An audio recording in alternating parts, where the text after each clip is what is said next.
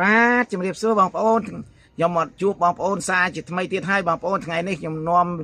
បងប្អូនមកមើលរុក្ខជាតិមួយទៀតហើយពាក់ព័ន្ធនឹងសុទ្ធបុរាណខ្មែរយើងណាបងប្អូនហើយរុក្ខជាតិនេះផងដែរមកថាវាយបងប្អូនហើយពាក់ទិននឹងសុទ្ធបុរាណខ្មែរយើងវាកប់ជំងឺជាច្រើនបងប្អូនដូចជាសន្លាក់ឆ្អឹងបន្សុទ្ធឈាមទឹកនោមផ្អែមជាដើមបងប្អូនណាហើយដើម្បីកុំឲ្យខាតពេលវេលាយូរសូមបងប្អូនទស្សនាវីដេអូរបស់ខ្ញុំបាទដូចតទៅថាតើមានប្រយោជន៍អ្វីខ្លះសម្រាប់សុខភាពបងប្អូនសូមអញ្ជើញបងប្អូនបាទបងប្អូនថ្ងៃនេះខ្ញុំបាទគ្រូឱសថបុរាណសូមចែករំលែករុក្ខជាតិមួយទៀតហើយខ្ញុំទាញZoom មកចិត្តឲ្យបងប្អូនមើលព្រោះកន្លែងហ្នឹងក្រងច្រើនពេកខ្ញុំអាចបានទៅចូលចិត្តនៅកន្លែងហ្នឹងបានទេបងប្អូនព្រោះអីក្រងមួយច្រើនណាហើយបងប្អូនមើលច្បាស់ទៅនេះជារុក្ខជាតិវាយបងប្អូនហើយវាយនេះផងដែរតេតិននឹងឱសថបុរាណខ្មែរយើង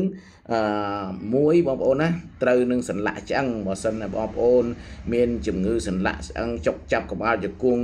រោយដៃរោយជើងឈឺចង្កេះឈឺខ្នងច្រើនតែឈឺចង្កេះរាល់ថ្ងៃអញ្ចឹងបាត់អញ្ចឹងឈឺសន្លាក់ឈឺក៏ផ្នែកដៃផ្នែកជើងអញ្ចឹងបងប្អូនគេហៅថាឈឺសន្លាក់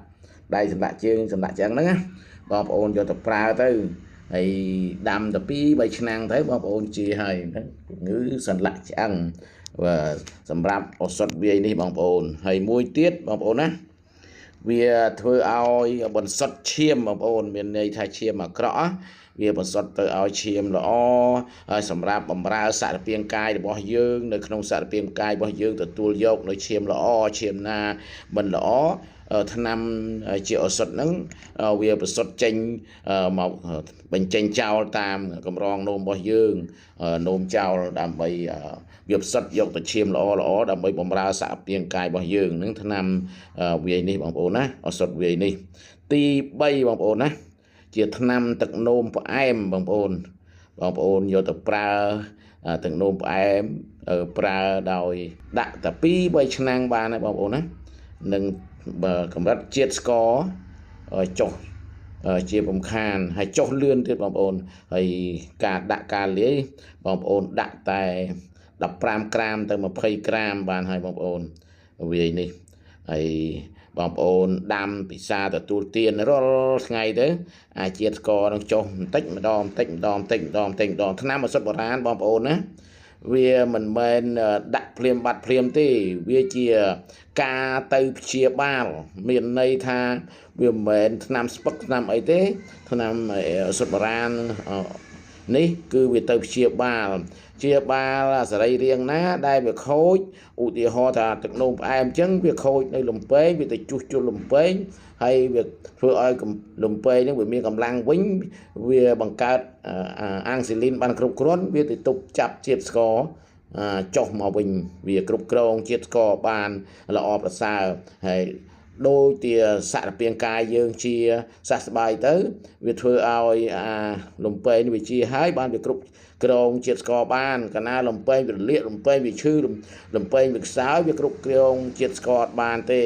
ដល់ហើយវាធ្វើឲ្យឡើងជាតិស្ករធ្វើឲ្យគេហៅថាទឹកនោមផ្អែមបងប្អូននេះថ្នាំឱសថបុរាណខ្មែរយើងវាទៅជួសជុលវាព្យាបាលអញ្ចឹងវាមានន័យថាម៉េចមានន័យថាវាព្យាបាលដូចជាដើមប្រៀបដូចដើមឈើដុះអញ្ចឹងខ្ញុំប្រាប់បងប្អូនថាវាដុះមួយស្លឹកម្ដងស្លឹកយូរទៅវាកើតបានជាធាងជាមែកចំណែកដែលជំងឺរបស់យើងវាទៅម្ដងបន្តិចយូរទៅវាទៅជាធូរហើយទៅជាថាពោក៏ប៉ុន្តែវាអត់លាប់មកវិញណែវាល្អកន្លែងហ្នឹងតែជាហើយថ្នាំឱសថបុរាណខ្មែរយើងវាល្អត្រង់កន្លែងថាវាជាហើយវាមិនលាប់មកវិញនេះល្អកន្លែងហ្នឹងថ្នាំឱសថខ្មែរយើងបានខ្ញុំជាគ្រូឱសថបុរាណថែរក្សាមរតកខ្មែរយើងឲ្យគង់វង្សដើម្បីបន្តមរតកខ្មែរយើងហើយបន្តពីដូនតាយើងស្រឡាញ់ជាតិយើងត្រូវតែថែរបស់វីរៈបុរសរបស់យើងហើយនឹងទី3បងប្អូនណាទី4បាញ់ចុះលាមកហើយបើបងប្អូនមានការទល់លាមកបត់ជើងមកមិនចេញពី3ថ្ងៃបត់ជើងមកចេញដែរប៉ុន្តែចេញតិចតួចរឹងកព្រឹស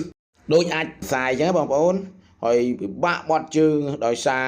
លាមកវារឹងអញ្ចឹងបងប្អូនយកទៅផ្សារហើយការដាក់ដូចខាងលើអញ្ចឹងបងប្អូន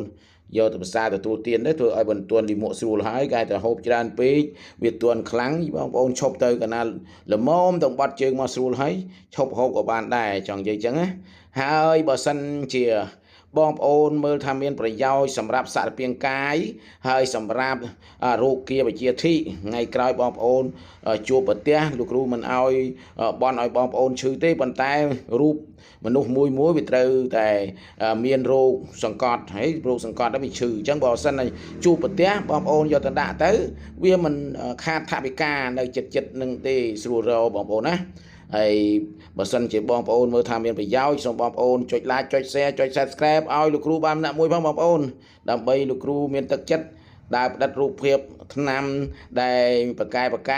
ចែកជូនជាធម្មទានដល់បងប្អូនដើម្បីបម្រើសុខភាពបងប្អូនឲ្យបងប្អូនមានសុខភាពល្អហើយសូមជូនពរបងប្អូនសូមឲ្យបងប្អូនបានសុខបានចម្រើនសូមជូនពរអាយុវណ្ណៈសុខៈពលៈកំបីគ្លៀងគ្លាតឡើយខណៈពេលនេះខ្ញុំបាទគ្រូសុបរានជ័យទឹកសូមគោរពសូមជម្រាបលា